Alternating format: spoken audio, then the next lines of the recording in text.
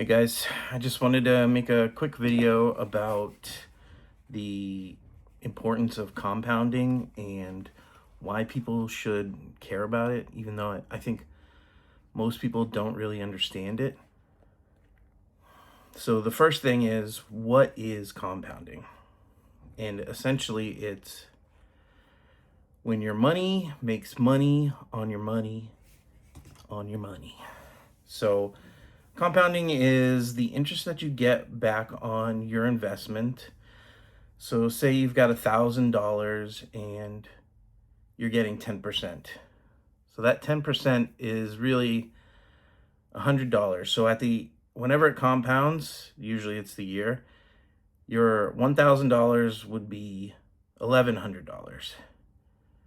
And then the next year, it's going to compound again. And instead of compounding on that initial $1,000 and offering you another $100, it's going to compound on that new amount of $1,100, which would give you $110. So now you're, instead of $1,200 after the second year, it's going to be $1,210. And the real magic happens not after the first couple of times of compounding, but really it's after many, many times of compounding. So the more compounding that happens, the more your investment is going to go up. And if you look at a chart of compounding over time, that's why it usually looks like a hockey stick. It just goes and then it goes way up after a few years.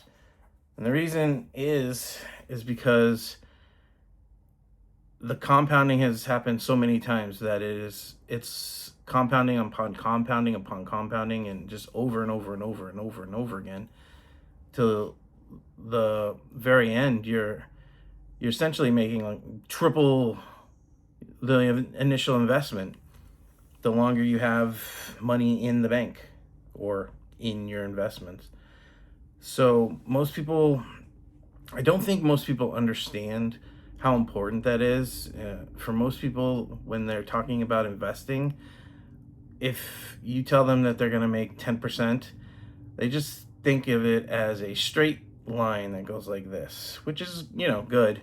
But that's not really how it works. And I think that's what keeps a lot of people from initially investing, because they don't really understand how important it is to invest early and to let compounding do its magic.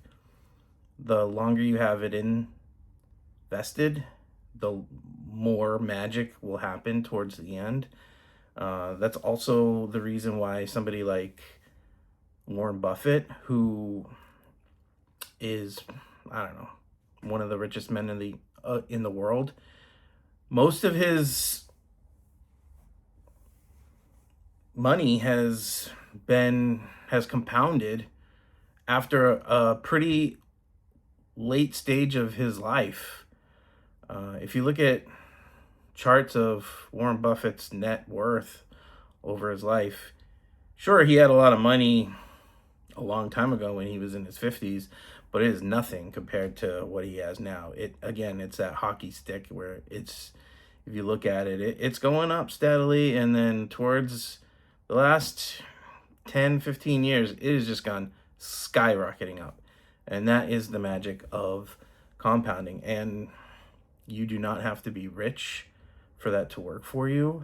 You just have to invest consistently and hopefully early, and then let compounding do its magic. The earlier you can invest, if you look at, if you do a simple compound calculator on somebody who invests something like $5,000 when they're 20 years old, by the time they're ready to retire, that's worth hundreds of thousands of dollars. Whereas somebody who does the same thing when they're 40, that's worth, I don't know, 50 grand after 20 years, which is still good. It's just not what you really think about when you're talking about compounding. Um, also, for me personally, um, compounding over the last 7 years. So I've been investing for probably 15 years. But initially I never really took it seriously, and I didn't invest much, and I didn't do it consistently enough that as I should. And then around 2019 is when I really started to pay attention to how much money I had, my net worth, what I was investing in, all of these things. People, I think it's very common for people to sort of, they know they need to invest, so they do a little bit and they don't really pay attention to anything, and they're not really sure what even they're invested in. And that can really hurt your growth overall. So for the last 7 years, since I've been paying attention, my net worth has gone from around 100K to around 750K. And again, that's only 7 years. And that's also without me earning a large salary. I still don't make over 100K. So you do not have to be rich to get the benefits of compounding. You just have to be consistent, and the more time you do it, the more compounding will happen. And that's the real magic. There's really three levers of compounding: how much you put in, how long it's invested, and what your rate of return is. You can mess with how much you're investing. You can choose what you're investing in, which helps the rate of return, but you really can't mess with how long your money is invested. Once it's invested, great, but there's really nothing you can do. Basically what I'm saying is you can't go back. Once you've lost that time, you can't go back and get more time in the market. There's a phrase called time in the market is better than timing the market. And I 100% believe that's true. You really can't predict what's going to happen in the market. Trying to time it, trying to predict when there's going to be a rise or a fall in the market or a certain stock or even a sector, it's almost impossible. History is littered with people who get lucky once and think they know what they're doing and can replicate that, and then all that money that they've gained, they end up losing. So really, it's best to invest in something that is pretty conservative, has a good rate of return, and then just keep it invested as long as you can until you need that money. There's certain stocks out there that, something like Coca-Cola, again, Warren Buffett has made so much money on Coca-Cola. But if you look at Coca-Cola, it doesn't skyrocket from year to year. It doesn't go up 50%. It's not like a tech stock, and it does pay like a pretty good dividend that they keep increasing. So really what it is Warren Buffett has had money in it for 40 years now, and it just slowly keeps ticking up. The price appreciation goes up, dividend goes up, and that compounds every quarter, every year. 20 years later, you're making a ton of money. And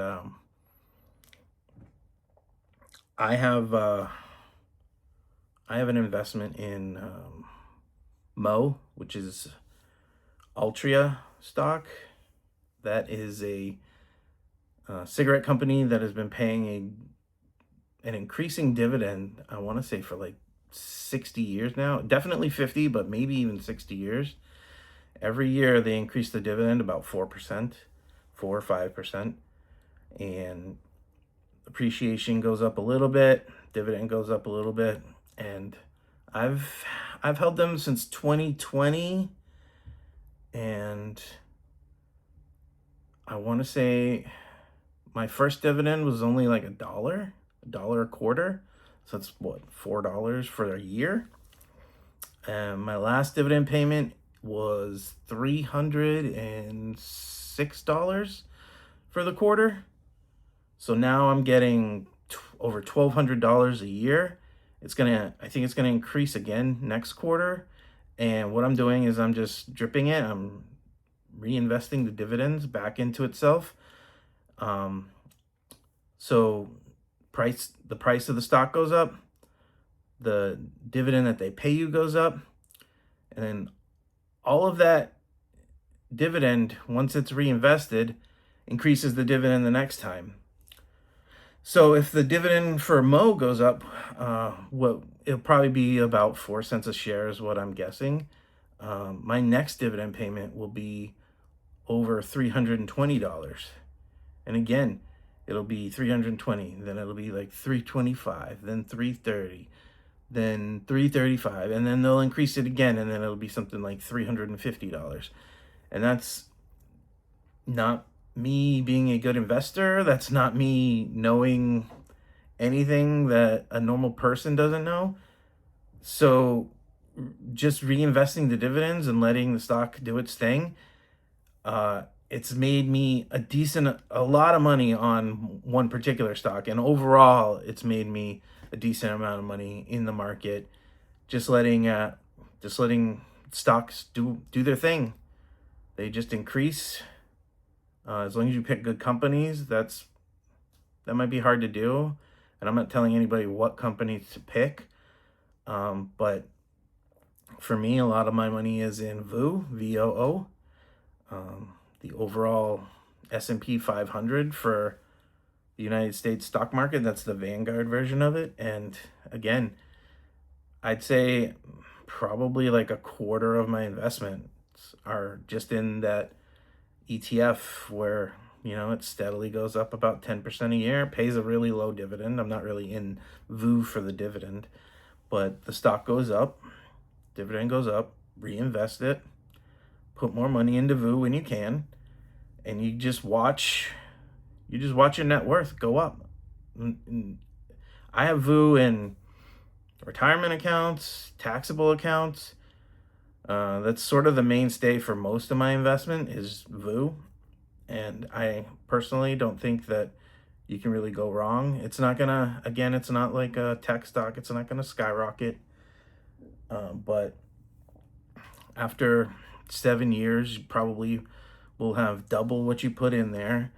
And if you just keep putting money in there steadily over time, you're gonna notice that after a few years, it's really going up a lot. And when I look at my net worth, when I really started tracking it, it was just over 100,000. Now it's over 750K, and pretty much each year, except for I want to say 2002, that was a bad year in the market. But every year other than that, my net worth has gone up more than the salary that I make at my job. And definitely way more than my salary after taxes. And the only way you can do that is investing and compounding and picking good stocks and, safe ETFs, and then watching it steadily go up each year to a point where you're making more money in the market than you are at your job.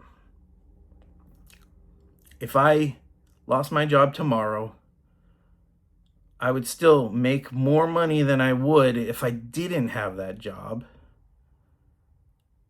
Or, sorry, I would make more money than if I did have that job in the market every year.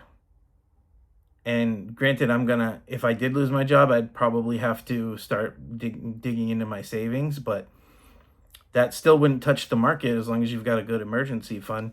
That doesn't touch what I have in the market.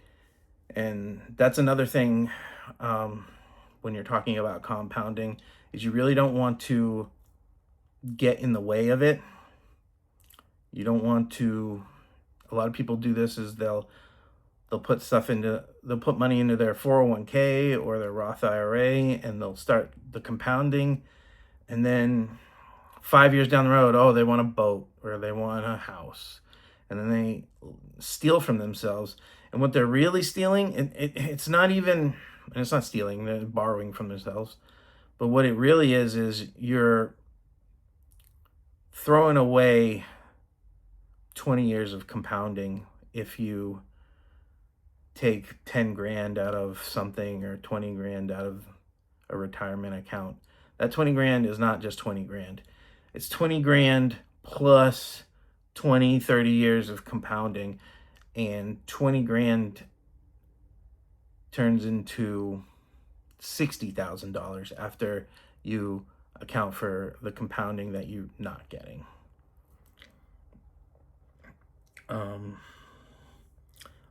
I've also been tracking,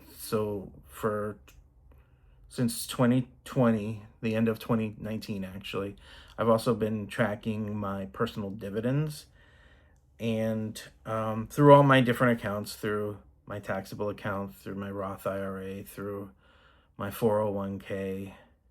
I actually have a couple 401ks, one from an older job, one from the job that I have now.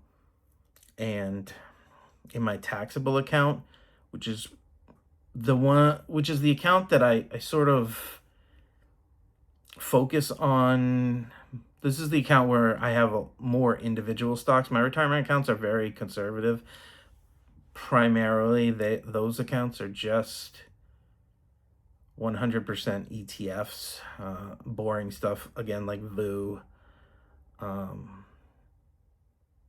maybe a little bit of VTI, which is the total stock market, but mostly VU, mostly S&P 500. That stuff is very conservative, but my taxable account, that's where I tend to have more dividend payers and a few speculative investments, more tech, stuff like that. But the amount in my taxable account, the entire first year that I tracked it, $72. 7 years later, I'm on pace for about $6,000 this year. And $6,000 might not sound like a lot, but that's $6,000 of income that I don't have to worry about when it comes to my job and my overall income. And what I do is I reinvest all of it anyways, so I'm not spending it. But if something bad happened and I had to, I could stop reinvesting that and I could start spending those dividends on normal things like food, groceries, utilities, part of my rent. 6 grand is only like, what is it, $500 a month? But that's $500 a month that I wouldn't have to worry about. That would cover a good chunk of my mortgage, not half of it, not even a third of it, but a good chunk of it. And then you worry about the rest. And the great thing about dividends coming from that account is I don't have to sell the underlying stock. So using those dividends doesn't interfere with me getting the dividends the next quarter. And so compounding that way really is impressive too, because again, I'm just dripping into those accounts. And for people who don't know, DRIP stands for Dividend Reinvestment Plan, I believe. So I'm just reinvesting those dividends, turning $72 into $6,000 7 years later.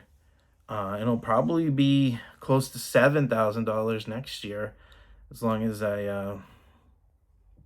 as long as nothing big gets cut and I don't take the money out, which I've never done. So um, that is that is compounding in a way that is truly visible and truly you can like it really makes a difference once you start looking at each year's increase. I also want to point out that 7 years, that's not a lot of time in the grand scheme of a life. It's a big deal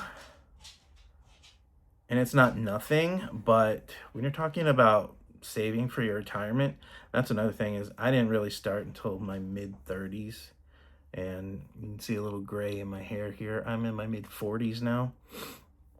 So that's when I really started to, about 10 years ago, really started to really invest. And it wasn't until 7 years ago when I started to really start tracking things with spreadsheets and keeping myself accountable with how much I was investing and really trying to maximize everything. I'd say I've had 3 stages of investing, where the first stage was what I think most people do is they invest on autopilot. They just go, oh yeah, here, take this percent of my money out of my paycheck, invest it in whatever everyone else is doing, and then I'll check it every few years and hopefully it's going up. That was the first few years of my investment life. Then there was the, oh, I this is pretty cool. There's a lot more money in here than I thought. Let me really start prioritizing investing. But I wasn't really tracking things the way I should have been.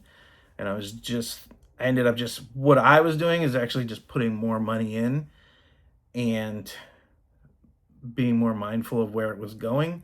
But I wasn't really tracking. And then about 7 years ago, I started really tracking. I started a new job. I started making more money than I had before, and I really wanted to keep track of everything. And what's really important, I mean, is once you start looking at that end goal, you really have to see where you are now so that you know how to get there. And if you're not tracking, like simple things like net worth, I think everybody should track their net worth just to know where you are, so that you can know where you're going. I don't think, my guess is maybe 10% of people know their net worth. A lot of people probably don't want to know their net worth because there are those people that want to stick their heads in the sand and don't want to know how bad it is, or they think it's going to be bad, so they just don't want to know. But I think it's very important to check your net worth. And once you do that, you can really see if you're investing like me. And again, I don't make a lot of money. I don't make $100,000 a year. I've never made $100,000 a year. Up until 7 years ago, I was making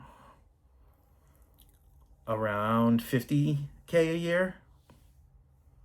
I make a little bit more than that now, but again, I don't make a ton of money. I'm not one of these people who is investing and making a lot because I have a lot to invest. It is difficult at times, but I think that the average person can do it. And I will give the caveat that if you have kids, I don't have kids. If you have kids, it does get harder. I'm not saying that it doesn't, but I still think it's doable.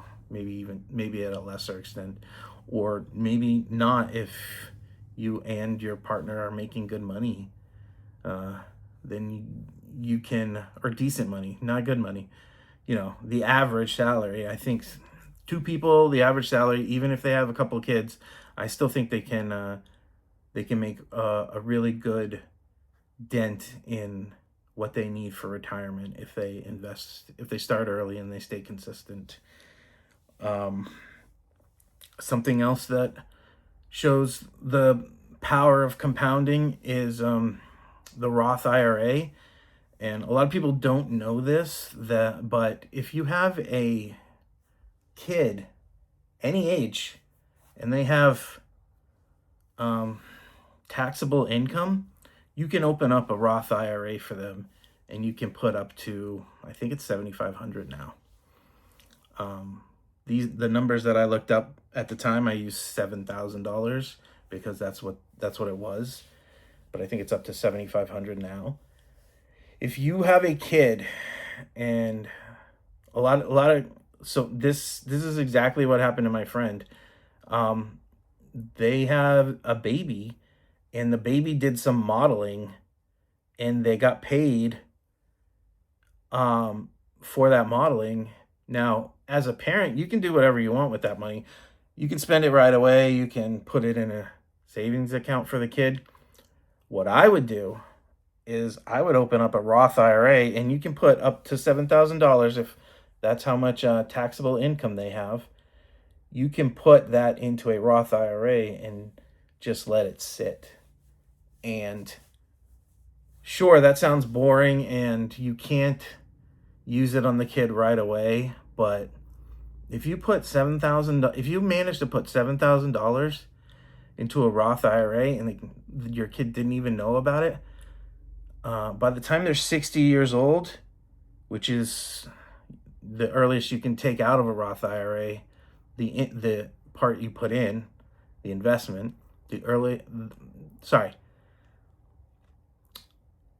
you can take your investment out of a Roth IRA at any point in time. The earliest you can take the gains is when you're 59 and a half. So that's why I'm using 60 as an example. If you invest that $7,000, leave it in there until they're 60, from 1 to 60, you are going to have over $2 million.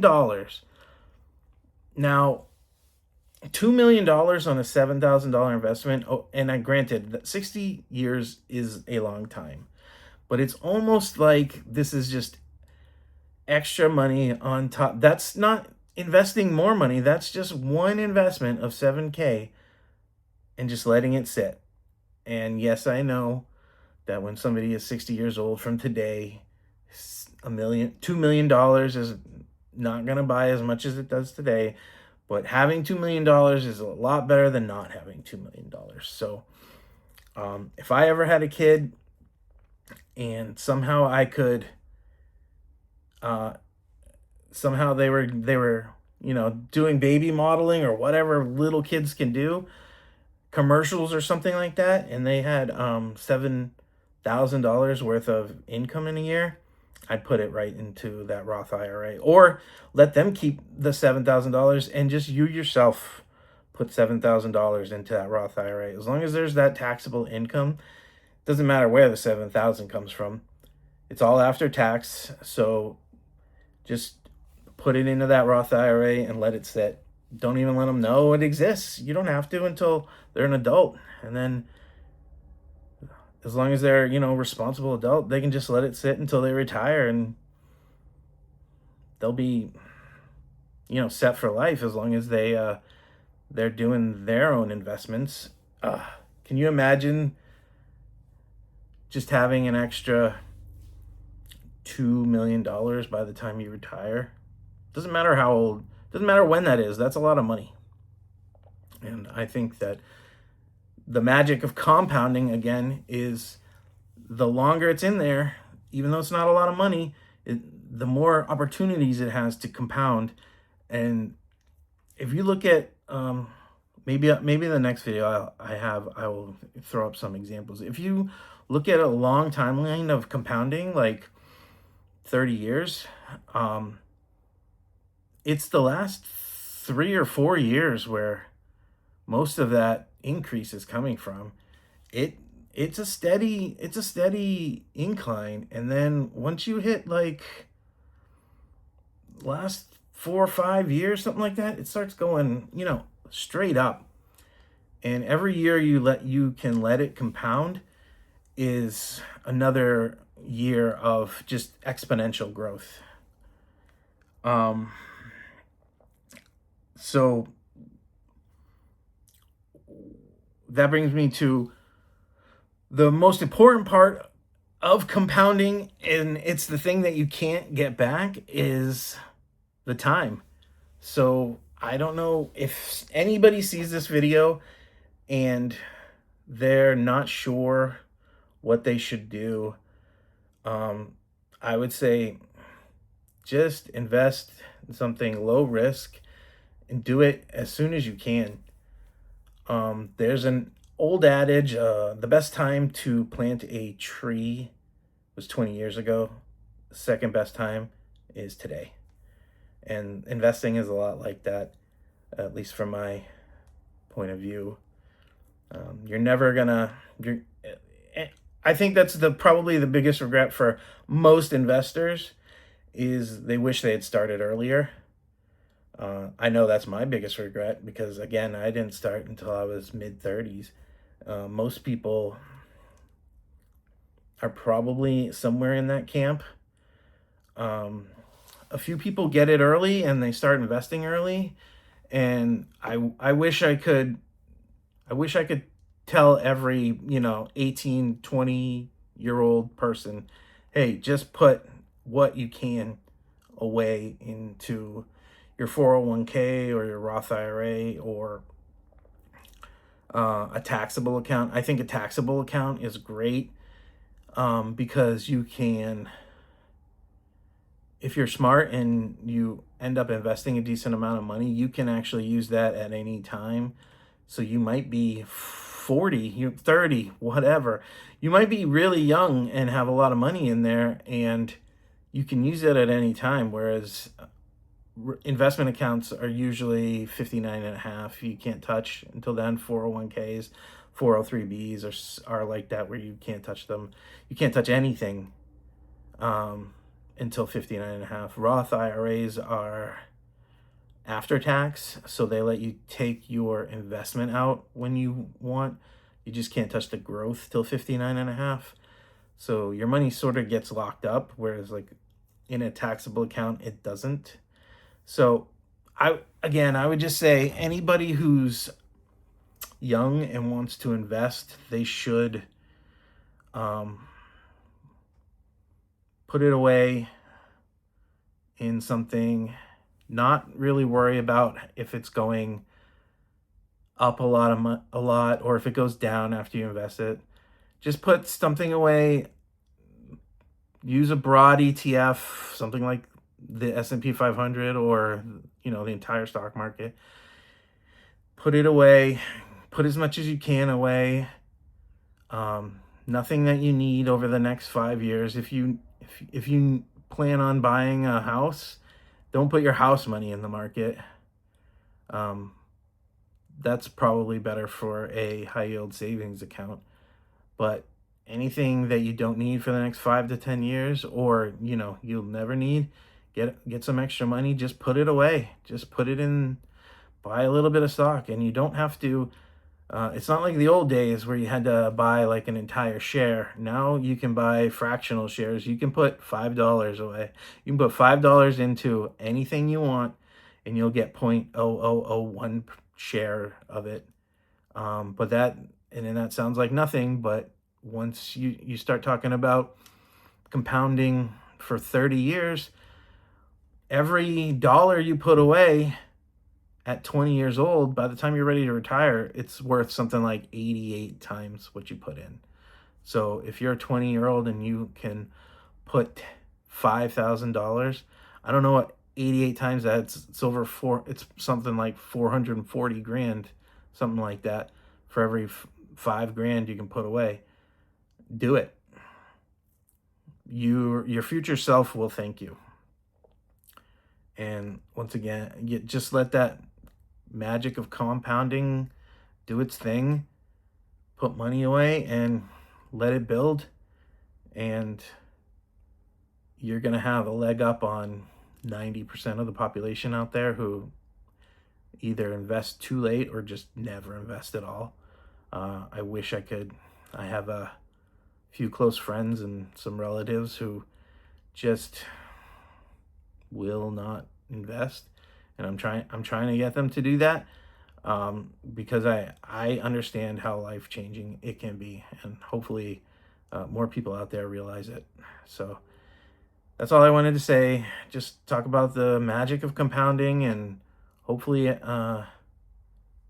everybody out there can witness it and start investing and let the magic, happen for your bank account. And, after 10 years, you'll realize, hey, I'm starting to have a lot of money in this account. So if you can invest, do it early and often, and you'll be better off for it. All right, take care.